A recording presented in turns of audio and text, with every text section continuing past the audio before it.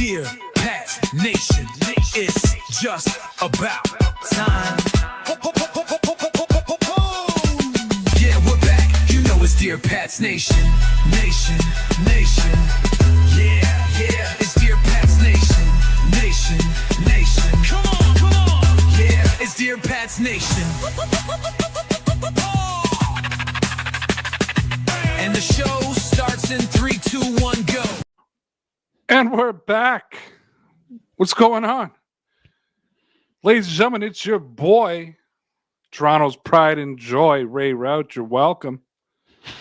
And welcome to my trusty sidekick, the hired help.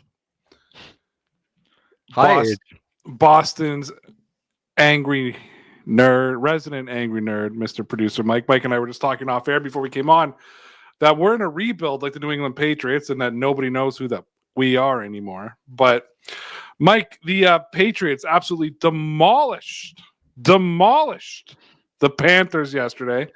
I did not watch the game live. You did not watch the game live, but we met up somewhere in the middle. Yeah, about the end, I feel like. Yeah, I think it sounds like we both started the game at the same time, except I watched it in 40, where they just show every play, but none of the in between, which is actually the best way to watch sports, by the way. Like, to me, extended highlights is the best. We got my boy Army Chris coming on. He used to host the Fire for Effect podcast. He's also my co-host, partner, whatever, in my little side project, When the Music Matters, which has been on hiatus the last few weeks as life is chaotic for me, Mike, as you know. Busy man across from me. Always is. So I had to go meet with, go to an event that our MPP, which is our municipal provincial, our MPP is our provincial, it's a representative in Parliament here for our provincial. It's a member of provincial Parliament. That's what MPP stands for. Like our prime minister, or our premier would be a governor, I think is the equivalent. Yeah. I don't know what a senator is though. Like, we only have one. Yeah, you guys have what unicameral is when you have one representative in government, right? We have the two. We have the House and the Senate. Yeah, we just have whoever is our leader, like whoever is the leading of the party, they have the House of Commons. That's where everything gets done. There is no House and Senate. It's just, we have senators, but I don't exactly know what they do. I'll be real with you. Yeah, I don't know what ours do either. They get on TV and yell at each other. Well, it's kind of similar here now. We've adopted a little bit of that American-style politics, but this is a sports show, not a politics show. But I do want to start with something. It's sports-related, Mike, if I can, before we get into the Patriots. Surely. In the old rendition of Dear Pat's Nation, before we went on a couple years hiatus, we used to hear stories of the nonsense that would come out of Gillette Stadium, especially with fans harassing opposing players' wives, children, mothers. We've heard a lot of things, especially coming from Mrs. Kelsey, who's one tough lady. So for her to complain, obviously Brittany Murphy used to talk about the harassment she would take at Gillette. And I think, Mike, it's pretty commonly known Gillette Stadium is not a very accommodating place unless you're a supporter of the New England Patriots. And even then, I was going to say, it's not necessarily a supporting place. Yeah. Yep. And I used to call out those fans all the time, as you know, Mike. Right. I used to say that it's 2% of the stadium, but that 2% is loud and obnoxious. About 5% of our fan base sucks, but they're the loudest on Twitter and have the most followers and get in discords. And I used to say, don't be embarrassing. And I don't know if anybody caught any of the Ryder Cup this weekend or heard any of the backlash around the Ryder Cup this weekend, but I'm going to echo the words of Rich Eisen today. If you were some of those fans in New York, I'm not even going to call you fans. If you were some of those douchebags in New York, to quote Rich Eisen, you need to look in the mirror and ask yourself, why am I such a loser? Mike, I love the Ryder Cup. It's a big thing here. Yep. You might be shocked to hear this, but Canadians cheer for Team Europe. I'm shocked. But the Ryder Cup is a fun matchup to watch. Mhm. And I just throughout this whole weekend, Rory McIlroy, one of the classiest players in the world, losing his cool on the course. Like, it came out after his wife had a full beer thrown at her. I just, I don't understand. There's fandom, there's patriotism, I guess you could call it, if it's the Ryder Cup and all these different things. But you and I, man, we mess around with Chiefs fans, Steelers, even Steelers fans. I hate Steelers fans. Bills fans hate Bills Mafia. But there's people out there that take this ish so serious. And let's get real for a second here. This is old school Dear Pats Nation minus all the swearing. Yep. I used to send you screenshots of stuff that people used to send to me. Oh yeah. Borderline death threats, if not that. Oh, I've gotten some serious death threats. Yeah. Like I've had real death threats. I had people who we were cool with suddenly turn on me and I'm going to see you in Toronto and I'm going to take care of you.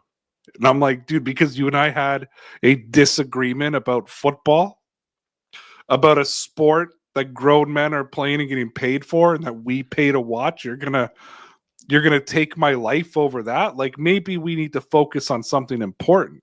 Yeah. And so I can only imagine what some of these athletes take from because I used to always make in my house is that I was a Z lister.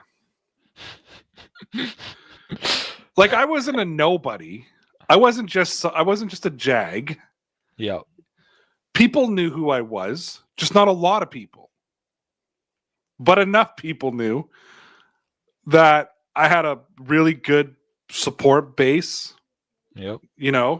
Mike being one of them, not just as my partner. For 1 second. Nothing will ever trump when I turned on a Patriots.com podcast and saw something to the effect of, they're not a fake Patriot fan like Canadian Ray on a Patriots podcast.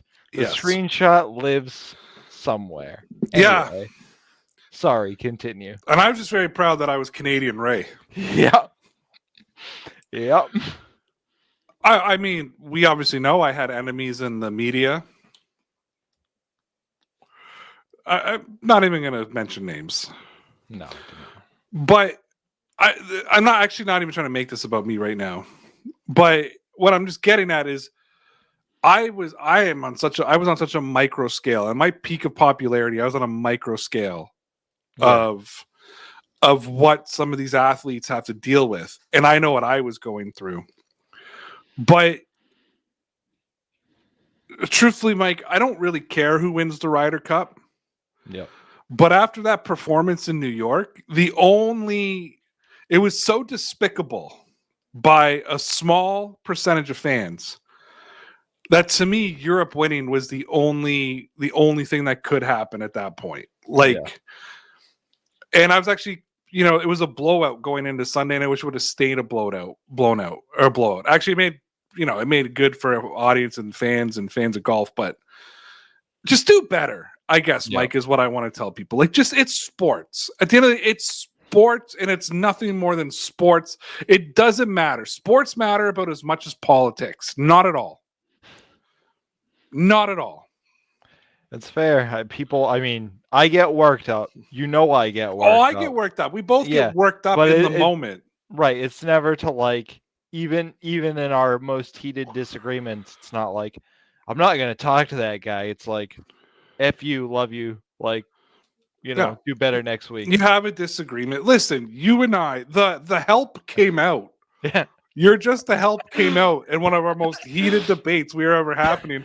A line I threw out to break the tension. And I laughed about it. But it turned into something after. But you laughed. I did it to break the tension because I was like, this is going too far. But yeah, it's just that's my message. That's my opening message for today's show. I haven't been on a soapbox in a long time, and I had to go on it today because it was gross. It was just, and it's golf. Like that's the sport of etiquette. I'm gonna quote a beautiful scene from The Sopranos. It's the first season. I think it's one of the first 2 or 3 episodes. They're trying to intimidate Uncle June's cancer doctor, and he's playing golf. Yep. One of Tony's I forget what his name is, like Furio. Okay, one of his enforcers is like pushes the guy into like the water trap and is like, stupid game. Like, Yes. you know, Yes. I think that was season 3, actually. Is it? Is it? Yeah, I guess it would be because yeah, Because I Furio think would, season 2 is Yeah, when yeah. Junior got arrested. He was still being indicted at yeah. that point. yeah, that just always stuck with me. You know, maybe it's an Italian thing, but yeah, not a golf fan. Well, just whether you're a golf fan or not, it's just No, it's still gross. That's it's the real. sports. Like, you know, Yeah. it's like, you know, Brittany Murphy's annoying. We know she's annoying. That's her name, right? Not Brittany Murphy. Brittany Mahomes. Mahomes. But Mahomes' wife, she doesn't go by whatever her last name is. She's annoying. We all know she's annoying. But dude, some of the things that have been said to her, it's gross. Like, yeah, just guys, it's sports. Or Mike's going to say something, or I'm going to say something you don't like about the team. There's no reason to want to take my life. You know, like, and I've had some real beefs with some real people, and I've never in my mind thought, oh, I'm going to take this person's life. You know, because at the end of the day, Mike, it's sports. And nothing more than sports. And and this is the thing that gets me is it just makes us like the United States look bad as a country to have that. And I know a lot of people right now don't care about that kind of stuff, but that means more to me than like actual in the moment like insulting whomever. Well, Rich Eisen actually brought that today. He said the problem is this is now going to bleed out into the real world because there's real world things happening right now, and people are going to tie this into the real world happenings, and they will. You know they will, right? And I'm sorry, it was said around my household. Not surprising, came out of somebody's mouth. You know what I mean? But that's just a reputation at this point, right? And I'm just saying, be better because 98% or 97% of those American fans, or over the last 4 days. Amazing golf fans, but the 3% ruined it for you. I'm just telling people, enjoy it. Anyways, Mike, I watched the first drive of Carolina. I watched the first drive of the Patriots, and I thought, oh my God, they're going to lose to Carolina. That's what went through my head. Yeah. I really thought, oh my God, this was one of the games that we had slated as a win. Carolina's a mess. Bryce Young's overrated. All of those things.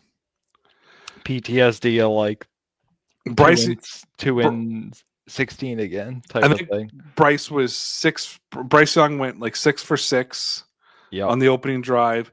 I felt like at that opening drive, the Patriots had no answer for Hubbard. Like it looked like he was just going to run all over New England. Yep. And then things kind of changed. And it was really weird too, because I felt like every Carolina drive felt like they were moving the football. They were. Like it never felt like the Patriots were just stopping them. It almost reminded me of that old bend but don't break defense. Yep. But then when they punt, they were nowhere near like even field goal range. Like, but they were moving the football. And special teams obviously had something to do with that game. Shout out Marcus Jones. Very much so, yeah. Who I think is just doing what he needs to do to enamor himself with the Patriots fan base. New England fans, all around the world, not just in New England, but everywhere. They seem to just love the lunchbox guys. The guys who are going to show up and get the gritty yards and do the things. And he's kind of becoming that guy. And one thing, because of 20 whatever years of Bill Belichick, Yep. we're also a fan base that appreciates special teams. I was gonna say that's a big piece of this, but I think a lot gets lost in, frankly, the pile of crap the last couple of years that he's been one of the few electric players on the Patriots, right? He had that run back a couple of years ago to seal the Jets game, right? Like so he's got this in his toolbox, right? To your point, and it's just like you said, we love guys like that. I don't understand why 100% of the time. Some of it is that Belichick element, but it's like it has to do with the Julian Edelman thing and the Troy Brown, and like they came up at Troy Brown, same thing, came up as a punt returner to be Brady's number one guy for what, 3 or 4 years easily. Well, I'll give you another name. Put him on any other team in the NFL. Matthew Slater. Yeah. Beloved, the captain. Yep. I was actually watching the mic'd up of his last game as a Patriot over the weekend. Was almost in tears.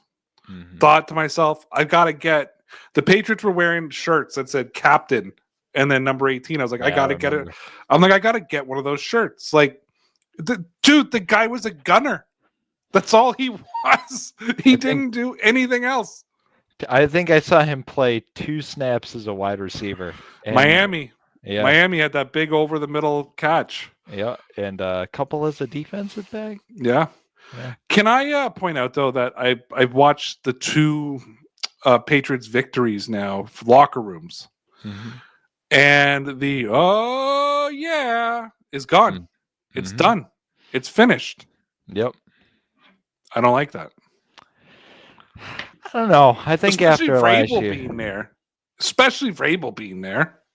I don't know. I think it was time to retire it after last year. They tried to keep it going because he was still with the team in like that coaching capacity. I really do think it was time for a full reset. So I'm on the other side of this. You like the 1-2-3 team? I don't love that, but I think they need to come up with something new, and I think that's part of building your own thing, right? It's just like Drake May going 1-2-3 team. Yeah, well, that's Drake May. You know, if you ever listen to his press conference, I love the kid, I really do. But everything's like, yeah. Well, you know, like he starts every question like pumped up. It's like, all right, this is just Drake. Like we're not gonna get anything special. Not right now. but oh yeah, that's special. That's New England. Yeah. All right, you're okay with retirement. They gotta at the very least build back up to it. You gotta build the base. Drake May. He goes 14 for 17, 203 yards, couple touchdowns. One of those, I believe, being a running touchdown. No? Yep. Yeah, he ran it in. Yeah. Did he throw 2? He threw 2, right? Threw 2. Threw 2, Hunter ran Henry for 1. And was it Diggs? I think one was Diggs. Oh, no. It was Mac. No. Right. Matt Collins, yeah. Diggs almost got in. I'm thinking of the right side corner. Yeah, couldn't quite take the go. Yeah. I was really happy to see Mac get the catch too. Yeah. And get the touchdown. Mac Hollins, just like 1 reception, 4 yards, touchdown. But dude blocks, dude plays special teams, dude does everything. I'm surprised he's not playing corner. Like the guy literally does everything. Reminds me of the Troy Browns and the Julian Edelmans, right? We love. Okay, I'll make a scary analogy for you. Is that what they wanted N'Keal Harry to be? I think so. I think, but a superstar version of that. Yeah, like could get a jump ball, but was like big, could get in the middle, could go down, okay. I wanted your thoughts on that. No, I agree. I think that's exactly what it was. A guy who could block, a guy who can make those catches. Again, N'Keal Harry probably not a first round pick. No. But neither was Cole Strange. Like Bill Bell. The thing is, and I remember, I believe it was Dante Scarnecchia after he had left the Patriots, basically said, after you get past the first 10 picks of the draft, you take the player you want. Yeah. And that's the way you have to draft. And if you draft based on positioning, you may not get the player you want. Yeah. So hence why New England used to trade out of the first round all the time. Yeah. Because they knew they could get this guy in the second round, third round, fourth round, whatever it may be. So I think that they took him because I always remind people too, N'Keal Harry, was he the 31st overall pick or the 32nd overall pick? 32nd. I want to say he was the last pick that year. Yeah, of the first round. Yeah. So if he's drafted the next pick, he's a second round draft pick. And I don't think he carries the same heat that he carried because being a first rounder. Do you know what I'm saying? Like, yeah, I don't know. Nobody looks at the first pick of the second round draft.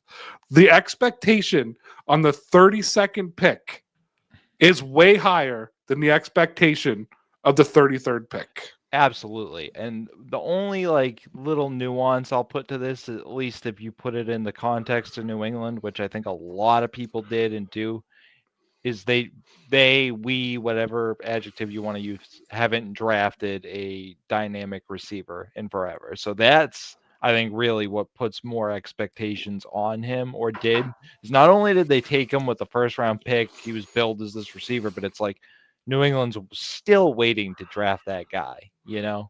Fair enough. But I know what you're saying. I'm just putting a little more. And I don't want to get into the whole Belichick can't draft debate that I've had with you, I've had with many people. No, we'll get back to Carolina. We will. But I think just like the point I make there is, and I always try to make to people, I totally understand they haven't drafted that dynamic receiver that they're looking for. Right. But the Patriots, throughout a lot of that tenure, were picking 31st, 32nd overall. Belichick wasn't going to give up 2 first-round picks to move up to get a wide receiver when he can go out and sign Chris Hogan and Danny Amendola or whoever who are going to or draft Julian Edelman in the 7th round and convert him into it. I mean, I think they traded up to get Gronk. That was a pretty good draft pick. Yeah. You know, until he murdered somebody, Aaron Hernandez was a pretty good draft pick. And I always say, like, the thing is, people, because of Tom Brady, people always compared what Bill Belichick did with the skilled position players and kind of ignored everything else. Like, ignored Joe Thuney, ignored David Andrews, ignored Dante Hightower, Devin McCourty, you know, like Chandler Jones, Jamie Collins, and the list goes on and on and on and on. Ignored that. Oh, Bill Belichick doesn't even know how to bring in brings in nobodies, just never makes a good signing. But then we love Kyle Van Noy, who was really like the piece that brought the Patriots to the next level. You know, that, you know, so so it comes back away from the argument. I totally get what you're saying. They want the dynamic player. Yeah. But then again, maybe if they're constantly picking at 5 and 10, and I want to also point out that draft class was what, AJ Brown, Terry McLaurin, DK Metcalf, the list goes on. Debo Samuel. Yep. Is Debo still in San Francisco? No, he's with Washington. Oh, is DK still in Seattle? Nope, he's with Pittsburgh. No, is AJ Brown still with Philadelphia? Maybe not for much longer. You know what I mean? Like it's, and then was it Hollywood Brown was in Baltimore. Now he's with Kansas. No. He was in Arizona, went to Baltimore, and then now he's in Kansas City. Yeah. You know what I'm saying? So, like, you only get those players for a short window anyhow, those receivers. That's how you end up with Randy Moss on your team.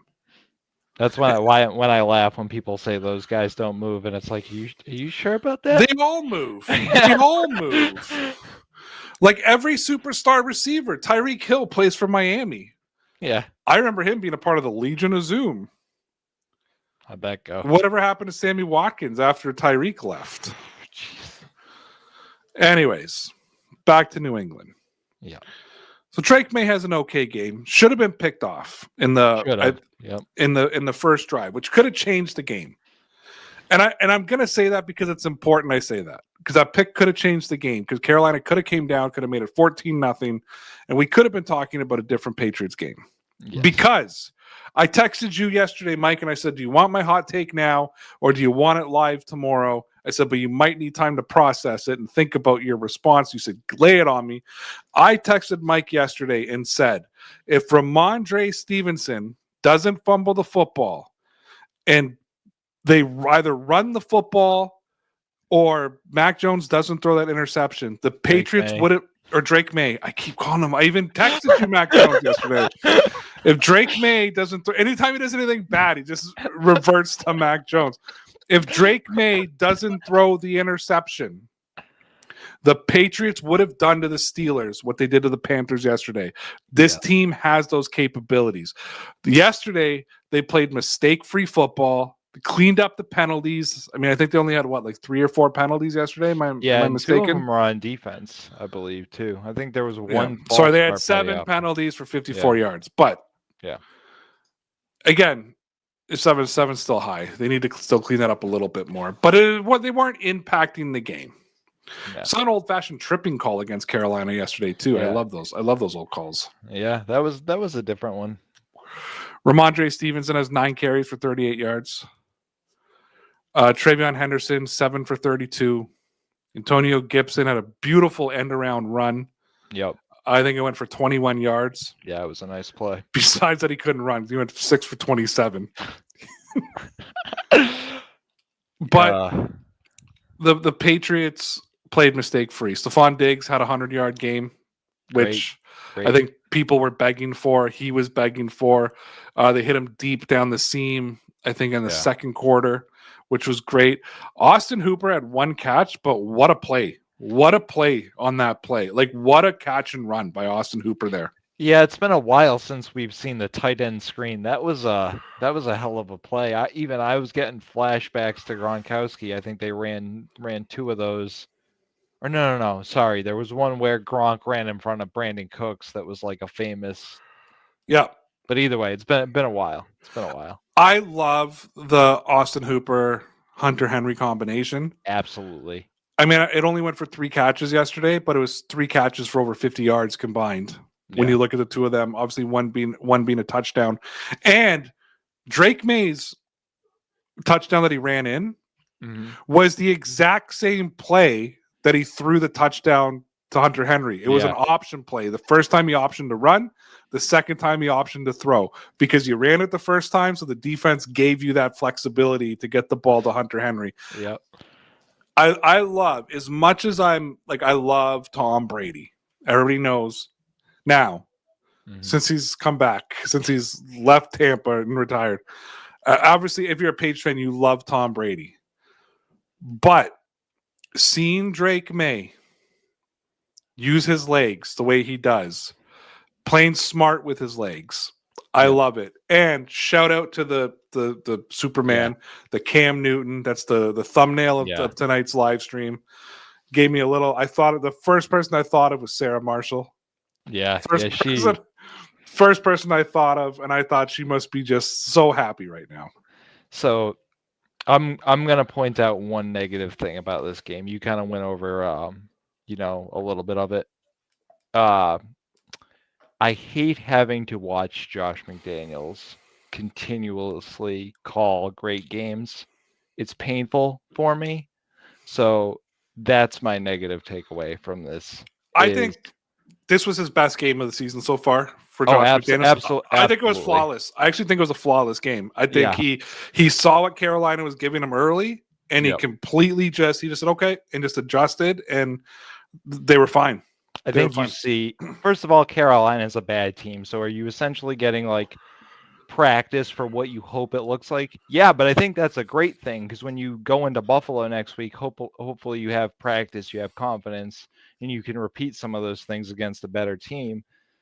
But and I think bringing this kind of confidence into Buffalo is a good thing. Yeah. Like if they had to play Buffalo this week after the way they lost last week, I'm thinking about like Mike Vrabel. He's dealing with questions, and I want to ask you about this, Mike, because it was interesting. It was one of those ones when I heard a sound clip and wished that we were still like 5 days a week. Yeah. Because I'm like, this would have been the talking point tonight. Right. Yeah. But I think it was like Wednesday or Thursday. And they asked Mike Vrabel, will Ramondre Stevenson be punished for what he did last week? Mm-hmm. And Vrabel turned around and said, Drake May threw an interception and fumbled the ball last week. I'm not starting Joshua Dobbs. Yeah, great quote. And poor Dobbs. It's just, but I mean, you know what? I mean, it kind of actually made me reflect a little bit on like, okay, yeah, you know what? Like, coach has your back. Maybe you're not on the team next year, yeah. but Can you're I? probably I'll you're still the say you're one still the thing, best running back on the team. too, about that is, Ramondre got booed going into the game, okay, yesterday, which I don't like, because despite one bad game, I wasn't calling for his job. I think he's one of the better players on this team. That kind of goes back to the first subject you were talking about. If he fumbles again or screws up and you want to boo him off the field, to me, that's fine. Don't boo a dude at the start of a game before he's even taken a snap. To me, that's just stupid. Like, Well, the Patriots fans, since we were calling out fans today, and we yeah, called out the fans in New York over the Ryder Cup, I need to call out the Patriots fans. Andy Borgalis, who went 6 for 6, by the way, on extra points. Did you hear the sarcastic jeer when he put his first one through the uprights? yeah, And they celebrated like they won the Super Bowl when he put up a single point. And I just thought, F you guys. Like, honestly, like, F you. yeah. And I was watching the Miami locker room when they gave him a game ball after he had missed 2 kicks and all extra points. And Mike Vrabel said, I didn't doubt for a second putting you out there. And Vrabel probably did. Right. Let's not BS. He probably did. But that's how you got to coach a team. Yeah. I wasn't all in on Mike Vrabel, as you know. I wasn't out on him. I just didn't know if he was the messiah that everybody who has ever cheered for the Patriots or Tom Brady thought he was. Well, you used the right word there, right? Like, we thought this was all preordained, right? Like, we saw that photo of him in the owner's box after, a couple of years ago. We knew Belichick was kind of on his last legs at that point. And I think all of us, I know you mentioned it, but way before then, probably 3 years before that, Mike Vrabel's going to be the coach of this team. I don't know when, I don't know how. In 2019, I said the next coach of the New England Patriots coaches the Tennessee Titans. And I've been on record so many times saying that. Yeah. As soon as I saw Vrabel had some sort of coaching, depth to him, I just knew Robert Kraft was going to jizz his pants and want to bring him into the Patriots. But on that note, he wanted a Vrabel massage, and they just wanted to... But I'm happy he is, the way he defended Ramondre Stevenson, the confidence he gave Andy Borgalis. You're seeing Drake May, almost said Mac Jones again. You're seeing Drake May play with confidence, which I didn't see last year. And I told you before the season started, I was worried about Drake May. Yeah. And he's playing with confidence. Now, some of that is Josh McDaniels. Some of that is Mike Vrabel. We talked to death about this last week, the combination and what they do for each other. Yep. But what I saw yesterday against Carolina, this is not me overreacting. I still have the Patriots winning 8 to 9 games. I'm going to put that out there. I think they're going to get smashed next week to Buffalo, and we're going to have a very different attitude going into this game. However, if they don't get smashed and it's a competitive game, I will not be surprised either. Because what I saw in Miami, what I saw against Pittsburgh, a game that they should have won, and what I saw against Carolina yesterday, Mike, I want to take you back to before week 1 of the season, before the Raiders game. Okay. And I said to you, I don't care what happens week 1. Yep. I want to see a constant improvement out of this team week over week. And all we have seen is a constant improvement week over week. Little steps. Little steps. That's what we should be asking for. And to your point, Drake May, Will Campbell, Stephon Diggs, Hunter Henry, name whoever you want. The defense didn't look great. Every week it's been like, okay, we're going to take this. We're going to add another layer. And to your point, we're getting exactly what you expected. Exactly what I expected. And Will Campbell had a flawless game yesterday, by the way. Yeah, can't play. Short arms. Yeah, had Lost to me. a flawless game. I think actually Mike sent me his rating. I'm gonna pull it up right now. Yeah, sent you a nice screenshot. Do you know how I knew he played so good? You didn't hear anything about him. I didn't even notice him. Yep, that's the old Dante Scarnecchi-ism. The better an offensive line is, you don't hear about him. So I want to tell you the way I watched the game yesterday. I had an event, so I watched the. I don't know if I said. Did I say this on live or did I say this off air? No, you said it live. Oh, I said it live. I watched the. It wasn't a recap. I saw every play. It was just there was no in between, so I didn't really have time to like settle it and lock in on who I was going to watch. I was just watching the plays unload. 22 block snaps, 0 sacks allowed, 0 pressures, 0 quarterback hits, 0 hurries, 100% pass block efficiency, and 87.9 pass block grade. That's a game. Yeah. Shout out Will Campbell. And some nerd other than me is going to tell you, well, Carolina doesn't really have a pass rush. Good, then he did exactly what he was supposed to. Exactly what he was supposed to. That's the thing. Sometimes just doing what's expected of you is good enough. Right. And again, I think that the we've been so spoiled in this fan base for so long. Mm-hmm. And the media in Boston is so dramatic. Oh, yeah. That we're not even satisfied with expected anymore. If the Patriots would have came out and won the game 28-13 yesterday, I'd have been, but played the exact same game.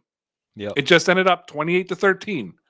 I would have been just as happy. The 42-13 is not what's getting me excited. I'm on record. Week 4, the New England Patriots are 2-2. They just beat the Carolina Panthers 42-13. The New England Patriots have maybe 6 or 7 wins left in them. Maybe fighting for that final wild card spot. Maybe not. That's where I see the New England Patriots. This is not an overreaction, but I saw New England go play host a Carolina team who's not good, who has an overrated quarterback, who's got a useless coach.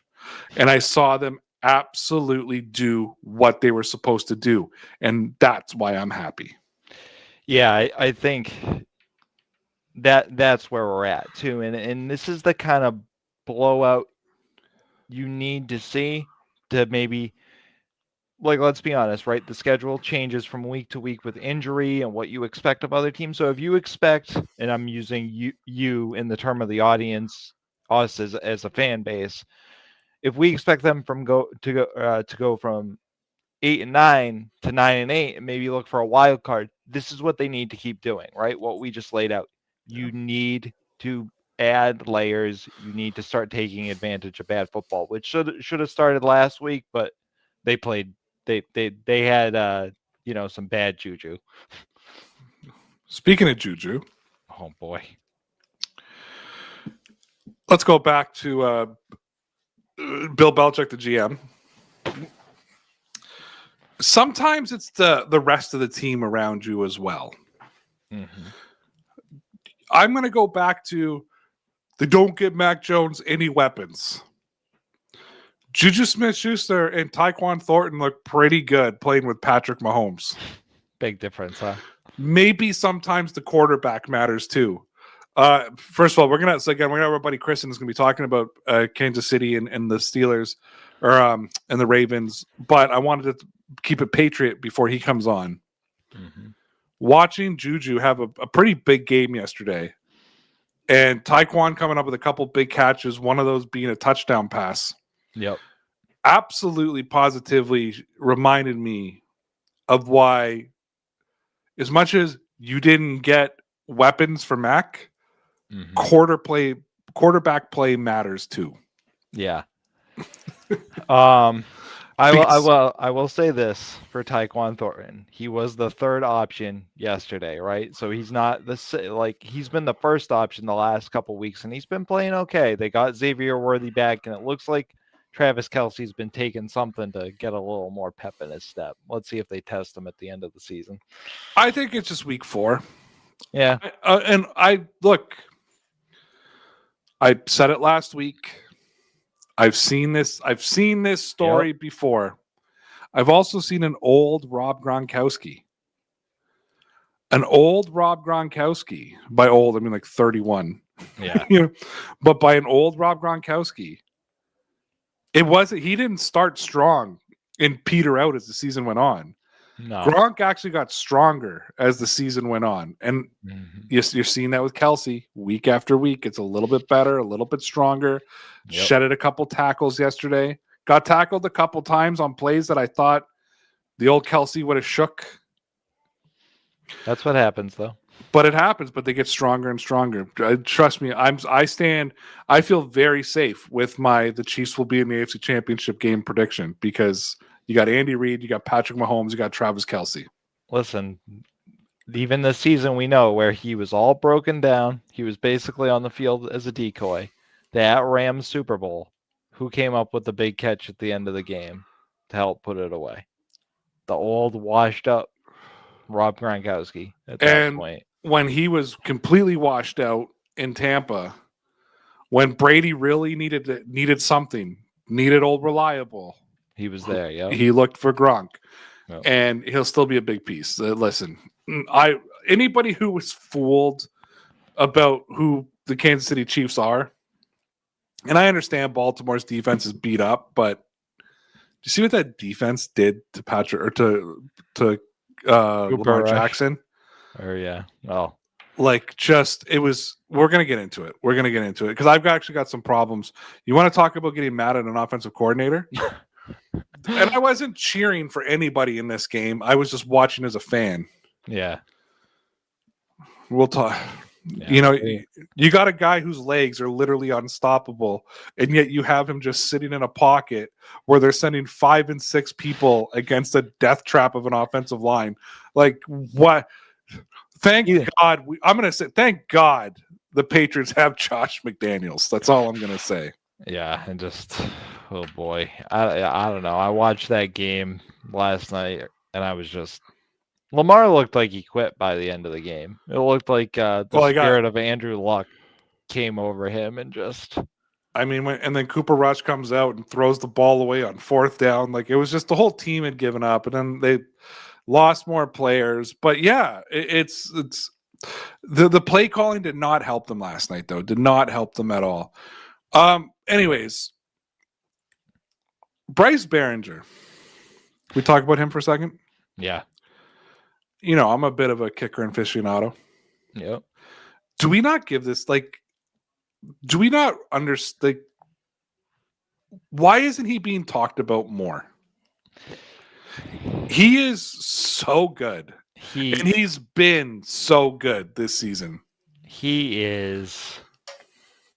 I think the problem with Bryce is he had a couple of those games where he's booting it so hard, he's out kicking his coverage, which kind of makes the special teams unit look bad as well. So that kind of covers up.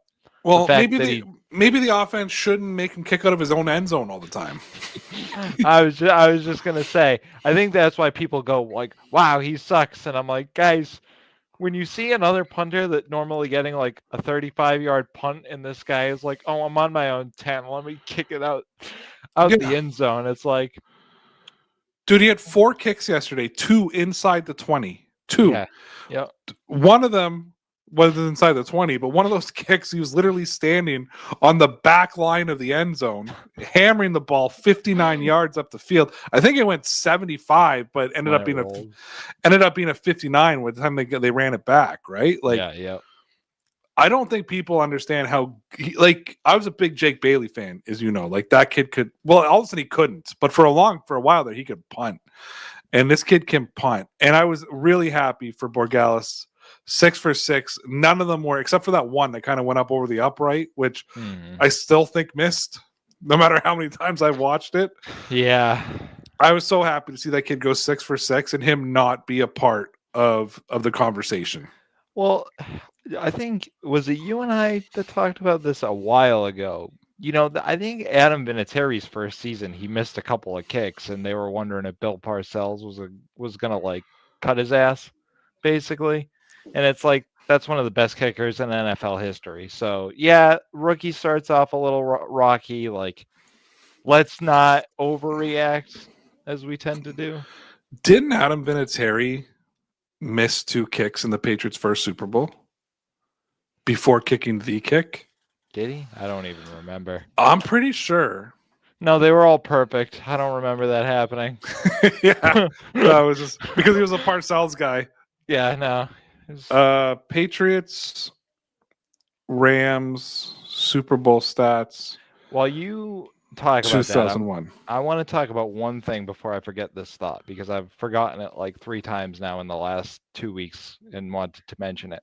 The loss the week before, I meant to say this, that bad of a loss, and this kind of factors in about what you were talking about with Vrabel before, I just didn't get the aside in, is the kind of loss that is so shaking that it can actually help you in the opposite direction. It's not going to break your confidence, right? You go, we don't want to lose that bad again because we are not that group of people. And that's what I'm hoping that loss was. And I wanted to say that before we kind of look at Buffalo and say, man, they had a puncher's chance, because that kind of loss can feed you for the rest of the season. And that's what builds a playoff team. That's what builds a Super Bowl team. You get kicked in the stomach and then you go, well, we don't ever want to feel like that again. So, yeah, just wanted to get that out of the tank. I agree. Adam Vinatieri went 2 for 2 that game with 2 extra points made, by the way. He was 100% across the board. So I don't know what I'm thinking of, but there was a game. It could have been the Raiders game. There was a game in one of those Super Bowl run-ups. Oh, was it against Carolina? I was going to say it might have been the Carolina. Maybe it's against Carolina that he had 1 or 2 big kicks. We do have Chris in the waiting room. We'll bring him in a second, but Patriots. Okay, say something else. I'm looking stuff up. Patriots. Yeah, I mean, it could be a Gostowski game too, because I know he wasn't as. It wasn't Gost. It wasn't Gost. No, it was early. No, it was Vinatieri. I'm pretty sure. Yeah, I honestly, I'm just gonna say it, right? That was when I was so young. It was just like, oh, this guy's I know. like the best kicker ever. Like, it's like if you missed, you were just like, you were so shattered, because it's like he's not supposed to miss. I know, and I'm the old guy here, but we're gonna bring in an even older guy who's looks like it's cold in Edmonton, Alberta. This is he is my co-host on my side project When the Music Matters, as I said at the top. It's on a little bit of a break, but we'll be back in the next few weeks. He's also the host of the Fire for Effect podcast, which I'm not saying this because he's my buddy. If you're at all into like military and post-military and mental health and all that kind of stuff, and you got to check it out, Fire for Effect. But he's also a disgustingly rampant Kansas City Chiefs fan. I'm gonna bring in my boy Army Chris. Army Chris. Woo! Finally on the DCK Sports Pod. Man. Shut up! I sent him an email today. That's not gonna work. And I put DPN and it changed to DCK for some idiotic reason. There he goes. The Dick Podcast. Listen, I appreciate you guys having me on, man. Like, this has got to be either you're gonna lose followers. I don't know. Yeah, I'll unfollow. So I have a lot to say about that game yesterday, but I'm going to let you start. Obviously, Kansas City puts an absolute beating on the Ravens. Now, I started watching that game in the fourth quarter, so it was already over by the time I put it on. I went back and watched the game today. I watched it in 40, where you watch it play-by-play. Yep.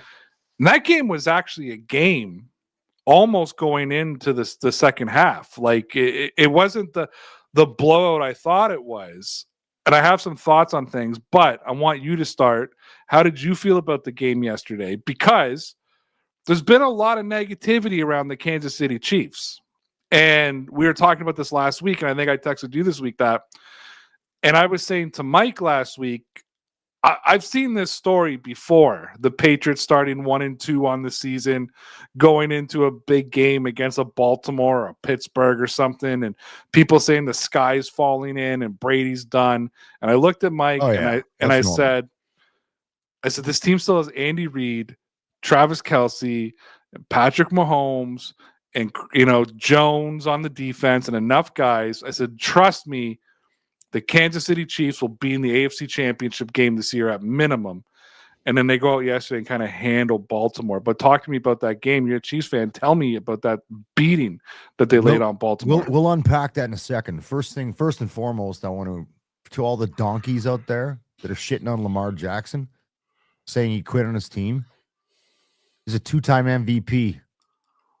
He has the record for quarterback rushing yards all time. He's one of the biggest triple threat quarterbacks of his generation right now. So people dumping on him, take your keyboard warrior can and kick that down the road. Right? Don't dump on Lamar Jackson. They got some struggles, but yeah, let's unpack the game. But I love having you in here. Well, I'm going to talk about that then if I can, about Lamar, because I was going to I brought this up, I teased this, and I'm going to bring this up though. I was going ballistic watching this game today, like watching across the start before Lamar got pulled. Because, first of all, Spagnuolo called a hell of a game. And we're definitely getting into that. Yeah, and was calling 3 takeaways. Yep. Was calling the blitzes, but he was advertising it. Like everybody in the stadium knew a blitz was coming. 3 sacks. And yet they just kept having Lamar step up into the pocket. I'm like, you've got this guy who's got, like, roll him out. Do something. The play calling from Baltimore's offensive coordinator yesterday, I don't know who it is. Mike, who's got OC for Baltimore? Look it up for me, please. I'll look it up. Yeah. Thank you. The Baltimore Ravens OC was absolutely atrocious. 100% it was. They didn't let him run. The defense was all over him, and he kept stepping up in the pocket. And I was like, call an RPO, roll him out, call a quick screen, do something to try to help him out. I'm with you. I don't think I quit on his team. I think the OC, no. I think everybody quit on him. The offensive line was horrible. Shout out to the Chiefs defense who was getting to the house, especially, Chris Jones had a bad look a couple weeks ago when they lost to who did they lose to? Their first 2 outings were not good. Buffalo. Todd Moken. Sorry, Philly. It was a Super Bowl rematch. Yes, Philly. And Chris Jones is there talking smack, and Jalen Hurts looks at him and just goes, look at the scoreboard. You know what I mean? Like, it was a terrible look. So to see him have a game yesterday and this defense have a game, I don't have much time with you, Chris, because I told you we're bringing you to finish up, but unpack it, man. Unpack this game for me. Okay, I'm going to unpack it. 3 takeaways, mostly 3 takeaways. Let's start off with, we'll get Baltimore off the map. They're down 6 starting D guys. Their D is atrocious this year. And it was clearly obvious. And so dumping on Lamar Jackson just makes no sense to me. You have bigger problems. Chiefs D is going through a Steve Spagnuolo evolution. In the last 2 games, the defense has been absolutely amazing. Karlaftis, Jones, Trent McDuffie, all doing the things they need to do. And here's how you know. So the Ravens are a 1-3 team. We know that. But did you know they've averaged 37 points up until yesterday per game? As the average, 40 points, 41 points, and 30 points. Those are high numbers for a 1-3 team. Kansas City held them to 13 points over 58 minutes before they got the last touchdown. That's a testament to Kansas City's defense, their defensive evolution under Steve Spagnuolo, who's arguably one of the best defensive coordinators in the league, in my opinion. So that was a major thing. Let's get into the offense. So Mahomes throws for 4 touchdowns. There was no ground touchdowns. He hasn't thrown 4 touchdowns since October 22nd, 2023, 2 years. 4 touchdowns to 4 different receivers. Here's what's funny about that. You know what the longest touchdown pass was, Ray? What's that? 15 yards. 4 yards, then 8 yards, then 11 yards, then 15. So that gives you, and he threw for 270 total, also beating Aaron Rodgers as the fastest to hit 250 touchdown passes. So new record, new NFL record. A lot of shit happened yesterday. So Pacheco's moving the ball, Kareem Hunt's moving the ball on the ground, and all the weapons are back. X Factor, Xavier Worthy, most receiving yards during the game and most rushing yards. And this is technically his first game because Kelsey took him out in game 1. And he's the X Factor now. So they've got all these new weapons, which widens the field, right? Throws off, a team whose defense is struggling. And that's how you end up 37-20 when you have that.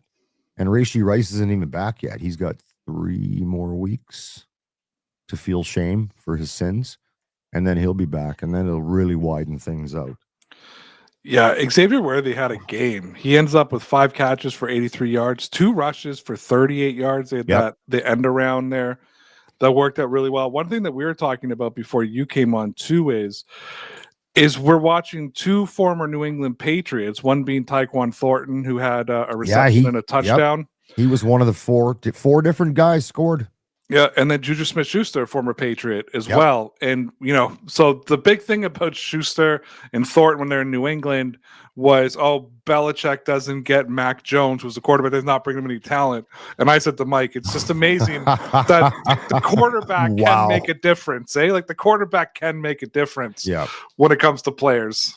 So, again, I'm not going to defend Tyquan Thornton. He's basically like the Philip Dorsett of the Patriots, the Chiefs now. It's like when you're the third option and you can run really fast, you might get open once in a while. But that's the depth we need. Like that guy. Yeah, I'm not saying it's bad for you guys. He was supposed to be like the number 1 option in New England, which wasn't going to happen. No, that didn't happen. Yeah, no. What happened to Butker? He's when did he not? He's in a slump, man. like a 2-year slump now, though, right? Like he didn't have a great season last year. I don't know what's going on there. I don't know if you can count on him when the metal meets the meat. You used to be able to. That dude was my fantasy kicker year after year after year. Yeah, he just doesn't miss. He's not. He's having some tough times here. I mean, he got 2 yesterday, but he missed 1. But it's like, dude, what's going on there? I don't know. In fairness, the one he missed was from like 58 yards or something, wasn't it? It wasn't 4. Yeah, it wasn't a close kick. Have you noticed that, Chris? Mike, it's something you and I haven't talked about. Yeah. These kickers' legs today, there's guys hitting from 60 like it's no big deal, man. Do you remember when like 50 was like, does he have the leg? Does he have the leg? Yeah. And I'm talking like 6 years ago. I remember like Justin Tucker was hitting like 56 and people were just like crazy excited. And all of a sudden, boom! It's like guys are hitting 58 like nothing. And still have real estate to spare when it goes through. You're like, wow, man, what's going on here? Yeah, it's wild. And then you get the kid, I think it's in Jacksonville, that kicks like 60 on the regular, and it's like, what's he drinking? Right? No, you guys are right. You guys are right. It's getting longer and longer. Like it's no big deal to see a team say, yeah, we're going to go for it on 58 yards, or it's going to be a 61 yarder or whatever. And they're doing it and they're hitting them. And that's really surprising. Yeah. And then we as fans crucify them when it's like, he didn't make a 55 yarder. What the hell? From 32. What's You're like, wrong with you? Yeah. It's the evolution of the game, right? Like it's even like all these these big returns that people are having on the kickoffs because the new rules, even punt returns. Yeah. Like now we're gonna get to the point when a guy fair catches on a punt, we're just gonna be freaking screaming at him that you should be running that football. Man, I know. Speaking of the evolution of the game, I want to ask you this as a Chiefs fan, because I hate this, but I don't blame him for doing it because it's a part of the rule, and I say exploit it. But Patrick Mahomes has turned a talent of pretending he's giving himself up so that the defense lets up and then he runs and gets like an extra 5, 6, 7 yards out of the play. You know, like he'll be like a step away from the sidelines. He'll start holding up his run. The defense backs up because they don't want to get a late hit, and then he takes off down the line again. This is a problem last year. I know what you're talking about. Yeah. I don't hate it in the fact of like people hate him for it. I'm like, dude, I'm a Patriots fan. Like, exploit every rule you can. Sure, this is just like Philly's tush push. So you could like exactly right, whatever, man. If you can make it work and it's working till it's not working, you're gonna keep doing it. But do you think that this is something that needs to change? Like, as soon as a running back or as soon as a quarterback, like as soon as Mahomes starts to slow up, should the whistle not just be dead? And they're just no. So how do you fix this problem? Just let him get hammered, man. Like, you want to drop your shoulder, and he's just dropping his shoulder. That's me. Yeah, it's gonna happen one of these days. Early in the game, he's gonna do one of those, and I know exactly what you're talking about. He does like the ballerina pirouette on the side where he starts doing this. So someday, early in a game, some defensive coordinator is gonna go, I don't care about the 15 yards, hit him. Hit him. Just no, Mike, him. I'm with you. Hit him, because if you start tweaking like that, where you're gonna blow a whistle, what? Like, that's so subjective and argumentative. It's just not gonna work. I get it. Drill him. But see, I don't like that either. Not that I don't like seeing Patrick Mahomes get hit. Don't get me wrong. I love seeing Wonder Boy get hit. But I would have, as an outsider, zero interest in watching a Kansas City Chiefs game that doesn't have Patrick Mahomes in it.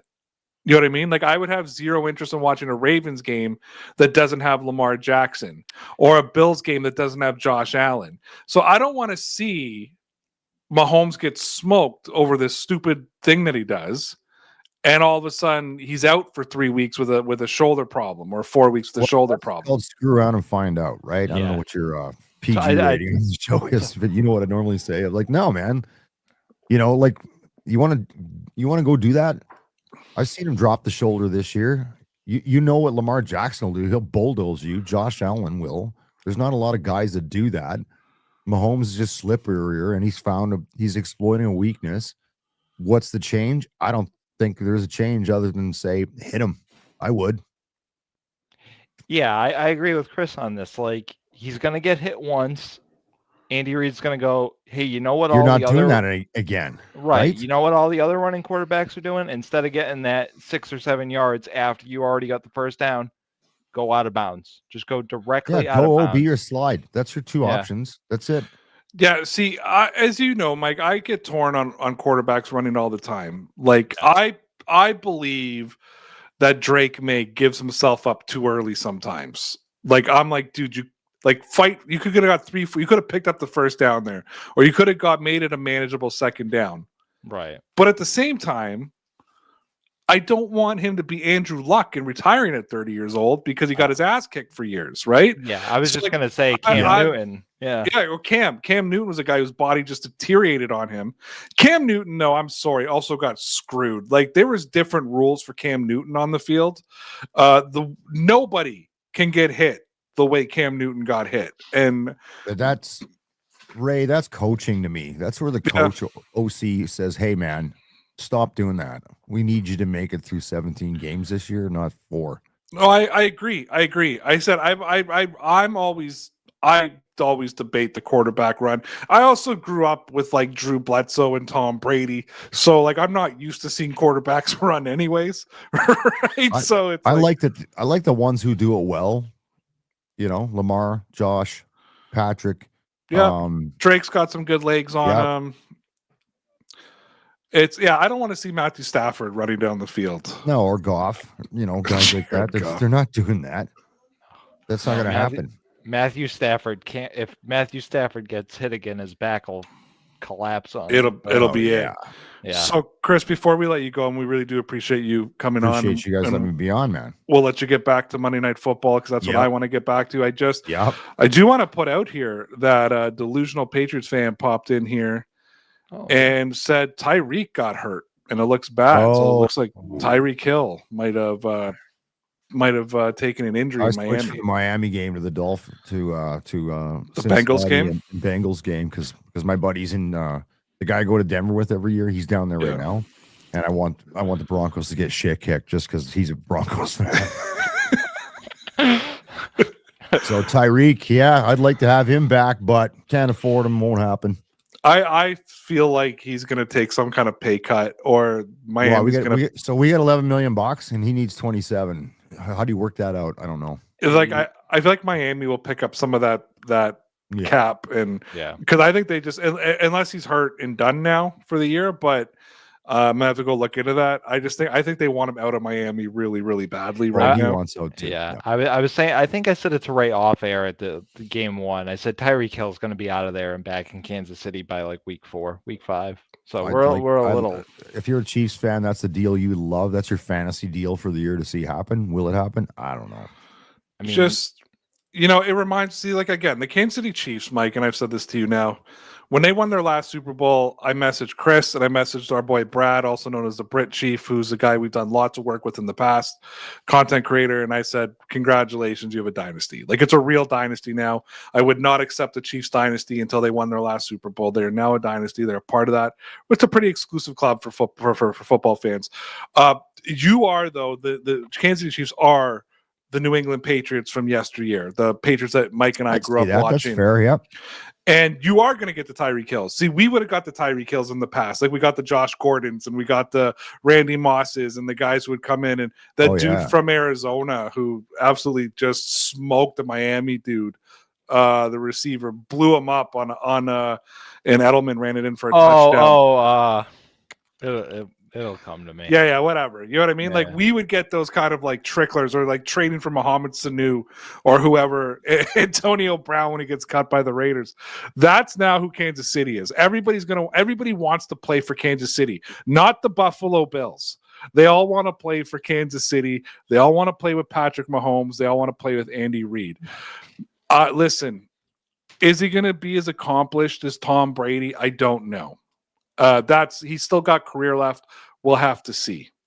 That's a wait and see. That's ways down the road. Do I think Tom Brady is the most talented quarterback to ever play the game? No, it's Aaron Rodgers. Aaron Rodgers is the most talented quarterback to ever play the game. I think, though, Patrick Mahomes is starting to push that title. Mike, what's your thoughts before we get Chris's? I think Patrick Mahomes is the most talented quarterback we've seen play, because Aaron Rodgers, it's not quite the physical package on the same level, but Mahomes has that winning quotient that Brady did, that leadership quotient that I do factor into physical, because I think it does matter. I think you will things to happen on the field, right? So I agree. They've already won 3. Rodgers, I'm sorry, he's not winning one this year. And they've been to 5, right? They've been to 5, won 3. Yeah. So basically, that's the same record that Tom Brady had after they lost to the Giants the second time. Yeah. 3-2 in the Super Bowl. I believe one day, and Chris, this is the opinion I want from you being a Kansas City fan. I find to be a very level-headed Kansas City fan, but still a Kansas City fan at all. I said this 2 years ago, Mike, and I've stood by it. I believe one day there will be a GOAT debate, and I could see myself on, not today, but one day, if his career trajectory continues to go where he goes, on the Patrick Mahomes side of the greatest of all time. Chris, what's your thoughts? Yeah, there's people are doing that now, and it's way too early to be comparing Mahomes to Brady or Aaron Rodgers. It's too early. I think he definitely is on trajectory to get to that, but it's too early. He's still got a few boxes to check. As far as what Mike said, I think if you say who's a better quarterback right now, Rodgers or Mahomes? Mahomes all day. He just not even close. just does more. He does so many amazing things on the field that are you would go, no, okay, it's done, and just pulls stuff out of thin air and makes plays happen, and is motivated to win at any cost. So and obviously I'm biased. I get that because I'm a massive Josh Allen fan too, but. I think as far as it's too early to have a GOAT decision in Mahomes' career, but I think 5 years from now, ask me that same question. Josh Allen could win 10 Super Bowls from now into the next 10 years, and he will never be in my top quarterback conversation. Josh Allen. Well, this sounds personal, man. No, I think that it's not, it's a little personal because Bills fans slop this guy up like he's, Jim Kelly. He's But- really nice too. Yeah, it was a big Brady fan. But my whole thing with Josh Allen is he reminds me of, you're a hockey fan, Chris. He reminds me of Tim Thomas. Tim Thomas was not a goalie. Tim Thomas was a phenomenal athlete that happened to play goalie, right? Oh, To me, Josh Allen is a phenomenal big athlete that could have been a linebacker as well as he could have been a wide receiver, or could have been a quarterback. When you line up and say to me, hey, start a team from scratch, pick your two quarterbacks, your starter and your backup. If it's the modern day today, Patrick Mahomes is my first pick every time. Who's your two? Lamar Jackson. Yeah, see, that's what I would have said. I just said I liked him. Okay, you're getting all. Yeah, it is personal. Josh Allen really, is apparently so. Josh Allen is personal. I'm not taking away his athleticism. I'm not taking away who he is as an athlete. But Mike, back me up here. He's not going to be a top 10 of all time. I'm telling you that right now. He's not going to be a top 10 of all time. I'll agree with you that he's Cam Newton-esque. I think he could have played anything from linebacker to he is a great, magnificent tight end playing quarterback. That's exactly what he is. Oh, see, I was just gonna say the exact same thing. He's a TE quarterback. Yeah, He's he could have played any position on the field outside of offensive line. That guy could have been a defensive end. Like, he really could have been. He could have been a defensive end. He could have been a big, tall, strong cornerback. The dude is a freak of an athlete. I will never take that away from him. I will never take away that he's a freak of an athlete. And all you Bills fans are going to clip this. Clip it. I don't care. I don't care, because I've been saying it since he was drafted, and I will say it forever, and the Bills Mafia can hate me for it. I don't care. He's a big, freak athlete that happens to play quarterback. When it comes to the mentality of a quarterback, when it comes to the ins and outs of quarterback play, to mechanics, to driving a team when it matters, all I've seen when it comes to crunch time, when it comes to needing to make a play, I've seen Mahomes do it. I've seen Brady do it 1,000 times. I've seen all these guys do it. I don't care if you can drive your team week 7 at Arrowhead Stadium. I want to know you can do it in the AFC Championship game at Arrowhead Stadium. And I've seen great quarterbacks do it. Hell, I've seen Aaron Rodgers, who's the biggest choke artist in playoff history, do it. I saw Peyton Manning do it. I saw Ben Roethlisberger do it. Lamar chokes too. Lamar's a choker. That's why Mahomes is my number one. Yeah. That's why Mahomes is my number one. I bring in Lamar to be my gimmick quarterback, to do some wildcat stuff and some RPO stuff, but I'm starting with Patrick Mahomes. And Mike, don't kill me. If you're telling me all time, who am I starting with? I'm probably starting with Patrick Mahomes. I wouldn't blame you. Over Tom Brady. Brady can't move like that. Wow, you heard it here first, folks. Yeah, Brady never pitched balls the way I've seen Patrick throw at some angles. Some wonky sidearm shit. Yeah. What the hell was that, man? Now I've listen. seen it live. Listen, if you say to me, Ray, there's 2 minutes left in the game, we need a score. You can have any quarterback to ever play. I'm picking Tom Brady every time. It's like picking Kobe Bryant that when you need a game-winning shot.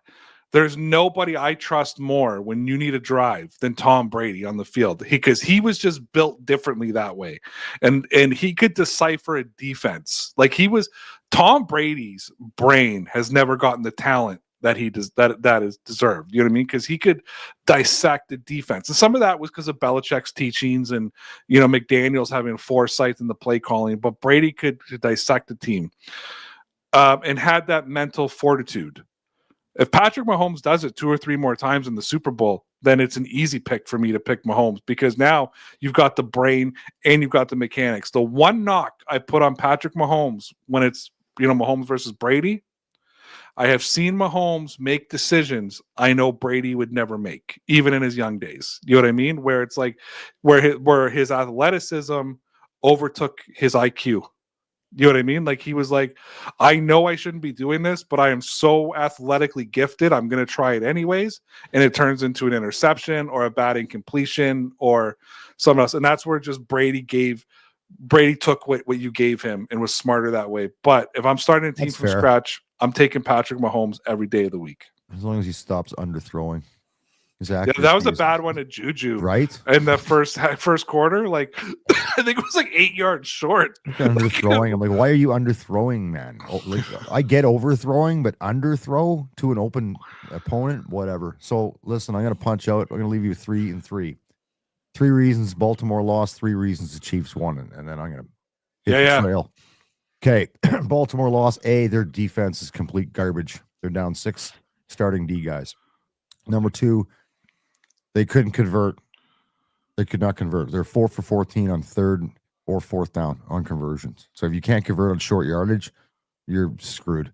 And then obviously they lost Lamar Jackson due to injury. So that's the 3 reasons. 3 reasons Chief won.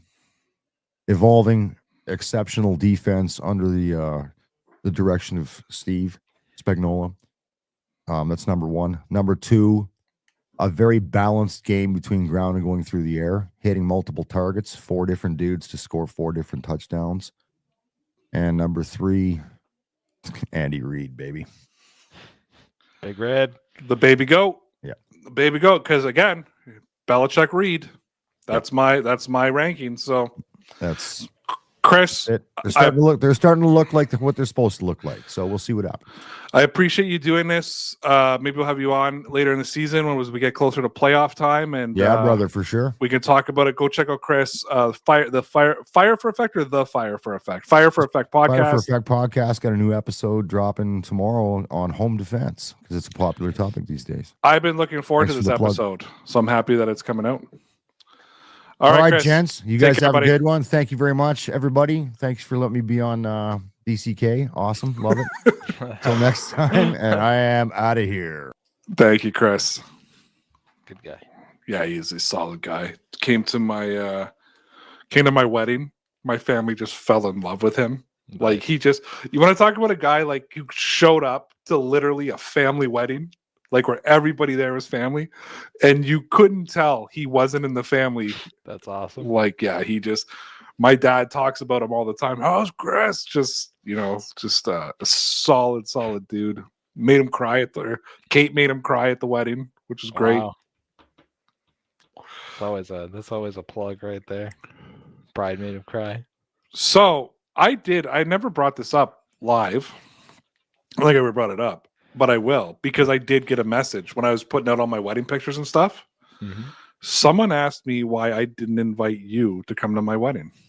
You did. And the answer is I hate him. That's why. No, I did invite Mike to come to the wedding. Mike just couldn't make it. So Yeah. No. everybody thought I literally got a DM. I think people thought like, oh, why didn't you invite producer Mike? LOL. And I was like, I did. He just didn't come. Yeah. No. Listen. There's a lot that goes on behind the scenes. If Ray lives like right next door, we'd be inseparable.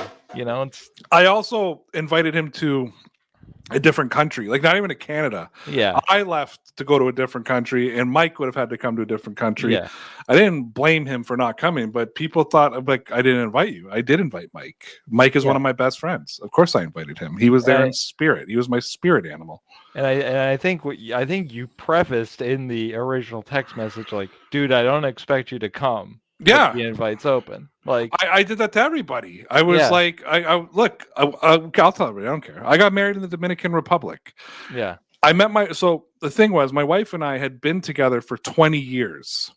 And February 27, 2025 would have been 20 years that we've been together, but we never got married. We were always common law. Right. So we never knew how to, like, what's our anniversary? So we picked the day we met. Mm-hmm. And my wife and I met in the Dominican Republic on February 27, 2005. So we decided we wanted to do something big for our 20th anniversary. Yep. And I thought, what's bigger than let's get married on the beach that we met? When we got married, we could see the exact spot that we met when we were both college kids, just enjoying spring break. So I didn't expect anybody to come. That's why Mike wasn't in the pictures. Relax, people. Don't worry, I'll edit myself in later. It'll be great. It's already done. I already got him dancing in the club. It's all good. Anyways, Patriots won. Good week. They're going to probably get blown out next week to...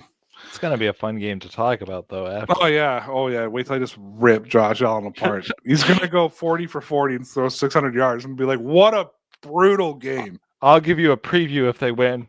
Do you have the sunglasses? Not on me. Okay, it's going to be sunglasses on. We're back. If the Patriots win?